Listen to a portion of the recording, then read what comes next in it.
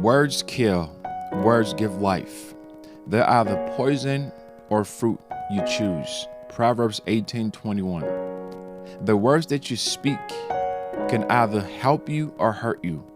In my new book, The Power of Let,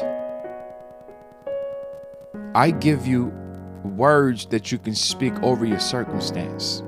You know, in Genesis 1, the first words that came out of God's mouth was let. Let is a permissive word.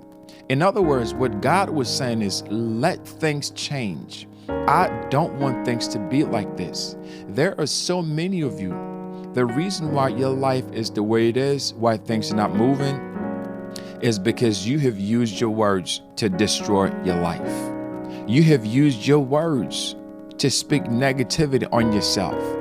You know, I've seen so many people, they'll say things like, you know, I hate this.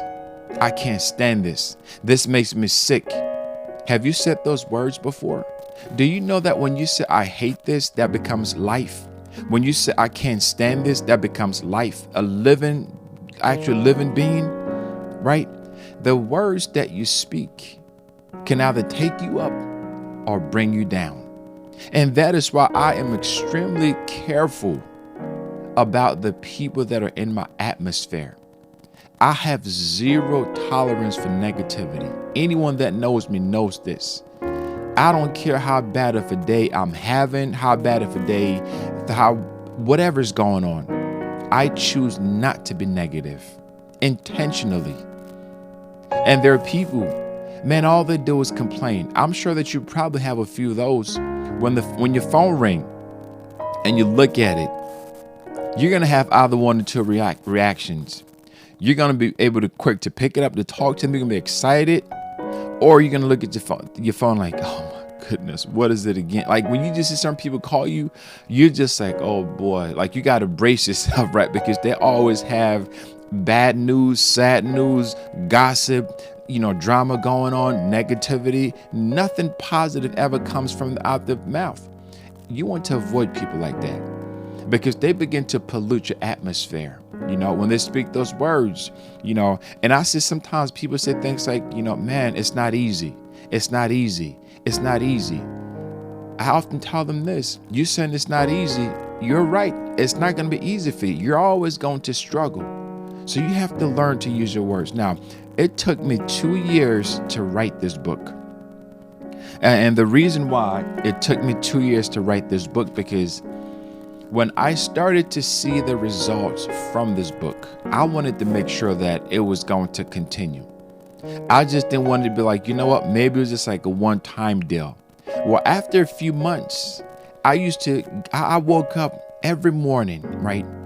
God gave me this words. I wrote them down, handwritten, not, typing on my phone, but I wrote them down. And I declare these words every day. I began to speak these words every day. And I realized that after a few weeks, things started to shift. After a few months and after a couple of years, I was like, wow, it's really working. It is really working. And that's why I decided to write the book, because I wanted to make sure that the results were real, that it wasn't a one-time, type of deal. And these are all based on the Word of God. This book doesn't replace the Bible at all, but it is based on the Word of God. So it talks about different areas that you can be able to speak over yourself. And I realized that when you don't see the desired outcome that you're looking for in life, speak it. Speak life. I don't care what circumstance or situation that you're going through right now. If you speak what you see, things will never change. Man, I hate this. I can't stand this. I don't like. No, you speak the opposite of what you see. Always speak life. Speak life. Get rid of people that are negative. Let me tell you, man, they will pollute your atmosphere.